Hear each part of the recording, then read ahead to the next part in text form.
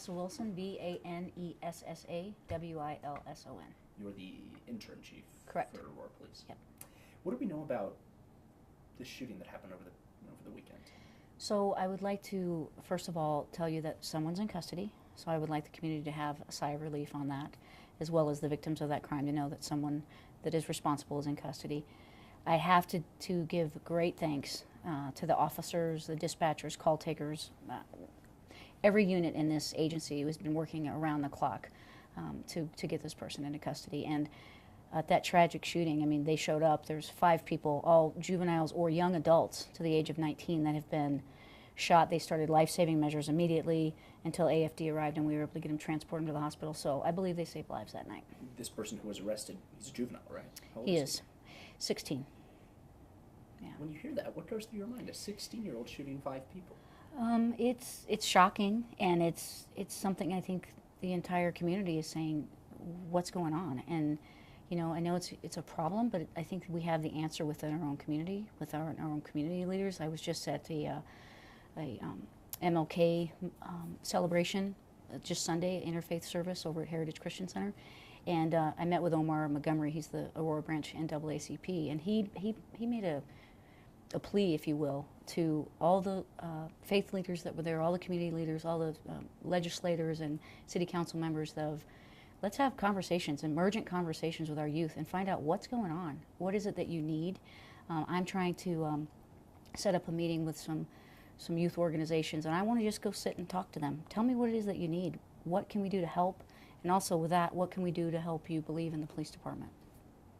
Do we think that this was like a house party? What do we think was going on inside that party? So it was a party, birthday party, but the first reports were kind of like someone knocked on the door and came in and started shooting. That's not correct. It was, they were invited in, a disturbance occurred, and within that then a fight broke out and the shooting happened. Are there other suspects, or do we think that this one who's in custody is the only one? You know, investigation is ongoing. I talked to the detective right before you came in here, and we can't say that there aren't any other suspects, but I can say there's no danger to the community. It was isolated to them? Or yes, we believe it's an isolated incident. Do we think that he was targeting those people, whoever was inside that house? I think the people that were there knew each other, and whatever disagreement ensued, I believe it's isolated. A couple of weeks ago we had an incident at the Aurora Mall. Yeah. The second shooting in, I believe, a week or 2 weeks at the Aurora Mall. I'm not sure of the time frame, but yes, Nate Poindexter lost his life. Yeah. He was also juvenile. Correct. Is there a teen violence problem here in Aurora? I think there's an uptick in situations where teens are acting out or have access to weapons, which increases the likelihood of, during an argument, if weapons are involved, then that's going to increase the chances of a shooting. Again, I think we need the community's help in finding out what we can do, what things we can offer. I know this last summer, former Chief Metz had put out a plea to our AKCRT, which is our Aurora Key Community Response Team, saying, we need your help. And they rose to the challenge. They put on a youth expo that we had here, where we're not only finding ways to get kids involved in sports or activities, but also jobs like trades and things that they can do, things that give them a sense of purpose and the ability to, you know, we don't want finances or transportation to stand in the way of kids to actually go do good, healthy things in their life and to make their lives better and to advance themselves. With all these shootings of teenagers shooting at each other and shooting at different people, can you sit here and say that Aurora is a safe place to raise a family? I believe it is. I believe it is. I think that I can't, obviously the world is crazy right now. We have violence erupting throughout the nation. I don't think it's solely linked to the city of Aurora, but I think that we have to work together, and the community has to give us information when they have it, and also we have to work out, talk to the kids. What is it that they need? Get programs funded and help us, you know, give kids a purpose and help them be successful, because they're the future. I know that you were meeting with, I believe it was community leaders as well as the Aurora Mall to try and figure out how to help safety there. What have you come up with? So the mall's been great. We're talking about giving, same thing I'm saying, we're talking about giving opportunities, being more open to allowing folks to know the mall is a safe place. We've increased patrol right now because we want the vendors, we want the people, the public that are coming there to spend their money. We want the kids that are there just to hang out before they go across the street to watch a movie or to buy their new favorite clothes, whatever it is that they're doing, to let them know it's a safe place. So we've increased patrols. We're working with them all and their security systems. But it's not about enforcement. It's not about security. It's about, having the youth feel like they can talk to people when there's an issue, because they know what's going on. They know what the problems are, and we just have to have them be able to trust us to let us know what the problems are. Are there any specific measures that you're looking to take inside the Aurora Mall with, I don't know, this is on the table, but metal detectors as you walk in, or Aurora armed police officers walking through the mall? Is there anything specific like that? No, because, we have police officers in the mall, but we don't want a mall in our community that has metal detectors. I mean, that's not what we're looking for. And the mall is, we're having more meetings, so nothing has been solidified, but what we have done is increased security and patrol so that people have a sense of security. But that's a short-term plan. We need a long-term plan, and so we're going to have further meetings with them on what we can do. But the mall's doing great things. I didn't even know that they have a lot of high school wrestling matches or choirs and stuff that go on all the time that I don't think maybe the community knows about. So one thing we're going to do is try and publicize that more so people know what's going on. Do you think people should feel safe going to the Aurora Mall? I do. I mean, people have to be aware wherever they are of their safety, and they have to be partners in, if they see something that's suspicious, to notify us. Don't just look the other way. Let us know, and so we can address it. It sounds like the most recent one with Nathan Poindexter stemmed from a fight, and then ended in the middle of a JCPenney.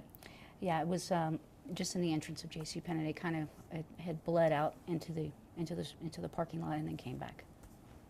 Should people feel safe at a mall where a shooting happens inside a JCPenney? I think they can. I mean, if you look at the things that happen every day in the 16th Street Mall, this isn't specific to Aurora. I mean, downtown Denver has had similar incidents of violence, and I don't think we condemn a certain area. I mean, the mall is a huge hub for people to shop and to congregate. How do you fix this problem? I don't have all the answers, but I think that we work with, like I said, the legislators, with the mall, with increased patrol, with other programs that kids can be involved in. And also I need the parents. I need the parents to talk to their kids. I need them to know what their kids are doing. I need them to know who their friends are, and not only just who their friends are, but who their parents are, who their friends' parents are. Know where your kids are. Know what they're doing on social media. That's a start, because we have plenty of programs out there for the youth that we can help if parents are needing help or suggestions on how they can direct their child into a certain way. We have those resources, but we need the parents and the community leaders to be involved. And I'm not saying that they aren't, but I'm saying we really need to have a concerted effort as a community. Would you say that teen violence and gun violence is one of the top challenges facing Aurora, or is there something else? I think just making Aurora feel safe for everyone, for businesses that are coming in, for people that may live here as well as just maybe work here during the day.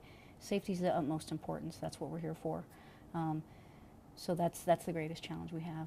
I mean, as a police department, the greatest challenge I have right now is to rebuild trust within the community.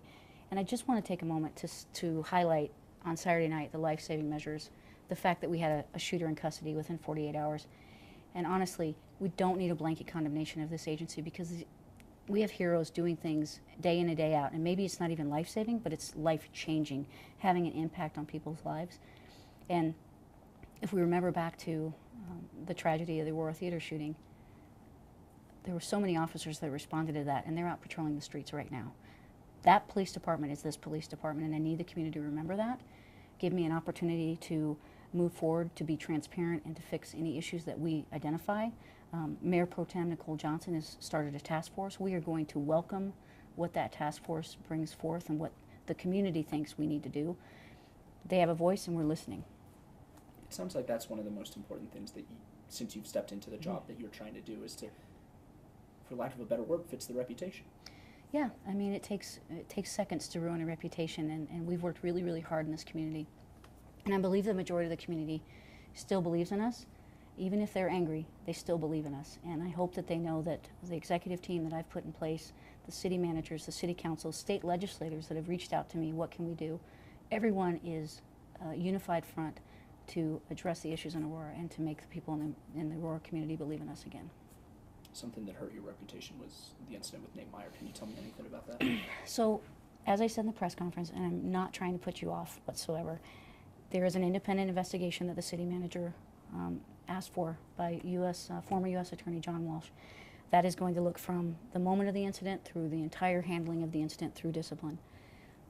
George Brockler is committed to looking into the criminal part of that. I've got to allow those individuals to do their job and to not comment. Is he still working here? Nate, yes, he is. Just yesterday, there was an Aurora police officer who was sentenced for DUI, Yep. sentenced to house arrest. Yes. Nate Meyer is still working here just down the hall, I assume. Mm-hmm. Is that a double standard? The cases were handled differently, and so Nate Meyer has done what he was asked to do, and since there was not a criminal investigation on him, it's completely, it's apples and oranges on what Annette Brooke went through. Officer Burke was arrested in Douglas County. Correct. CSP in Douglas County handled it differently Yes. than Aurora Police. They handled it correctly. Aurora Police handled it wrong? Like I said, I can't say that at this point. It's under investigation. It would be inappropriate and improper for me to say whether, to give my opinion. But is there a double standard? We talked about these. We talked about. You're interrupting? I am. I can answer I can ask the questions if you want to. Okay. Respectfully, I'll ask the questions. She doesn't have to answer if she doesn't want to. Okay. Go ahead. It's okay. Is there a double standard? I think that there isn't a double standard. Like I said, no one's above the law. We should be held accountable to the law. And so the incidents were handled differently. So there's not a double standard. They were just handled differently. The reputation, is that your biggest challenge? I think we have to regain the trust of the community. So yes, it's my biggest challenge right now, but it's also my biggest challenge to keep the community safe, to talk about what we can do to help the youth and to decrease the dangers to our youth right now. Today there was a press release about the BB guns. What can you tell us about that? So I know that our PIO put out, we're working with Crime Stoppers, and they've been amazing partners with us. We have some surveillance video, and these are individuals that we would like to talk to. They may have information about what occurred, and I'm not saying that they're involved, but we would like to reach out if anybody can identify them and let us know, so that we'd just like to have a conversation with them about what happened. They caused a lot of damage. About $10,000 worth of damage. That's a lot. It's very much, yeah. We've seen also like Facebook posts and stuff about it, similar stuff happening in Stapleton. Is that connected to anything? I can't speak to that because I'm not 100% sure what you're talking about, but I'm sure Denver would be happy to answer that question. Chief, anything else that we've missed that you want to make sure that we touch on? No, I think we've hit all the areas. Really what I need is for folks to give us a chance, for folks to remember that these are isolated incidents with a few individuals, and I have over 1,000 employees, and they're hardworking, honorable men and women, and they're out there right now protecting and serving. You want this job? I want what's best for the community. We need to focus on that. It's not about me. I will apply for the job. There are other excellent internal candidates that are applying for the job, but it's going to boil down to whatever the task force comes back with, whatever the community demands, and then if that's me, I'm proud to serve. If it's not me, I'm going to do everything I can with my executive team to whoever we hand the keys over to, that we're not going to stay stagnant. We're going to move forward in this community and implement the changes and to try to work to rebuild that trust. We're not going to wait for 6 months for a new chief. Well, best of luck. Thank you very much. Thank you, Chief. Thank you. Appreciate it. Yep.